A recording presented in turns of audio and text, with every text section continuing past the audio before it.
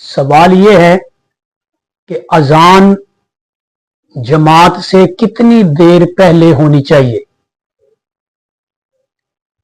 تو دیکھیں، اس کے لیے شریعت میں کوئی وقت تو متعین نہیں ہے کہ کتنی دیر پہلے اذان ہو پھر اس کے بعد اتنی دیر بعد جماعت ہو، لیکن سوائے مغرب کے، کیونکہ مغرب کی نماز کے لیے حکم یہ ہے کہ اذان اور جماعت کے درمیان فاصلہ نہیں ہونا چاہیے، فوری مغرب کی نماز با جماعت ادا کرنی چاہیے۔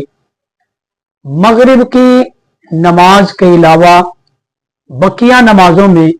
اذان کے بعد اتنا وقفہ دینا جس میں نمازی اپنی قضاء حاجت سے فارغ ہو جائیں، تسلی اطمینان کے ساتھ وضو کر سکیں اور نماز کے لیے با جماعت حاضر ہو سکیں۔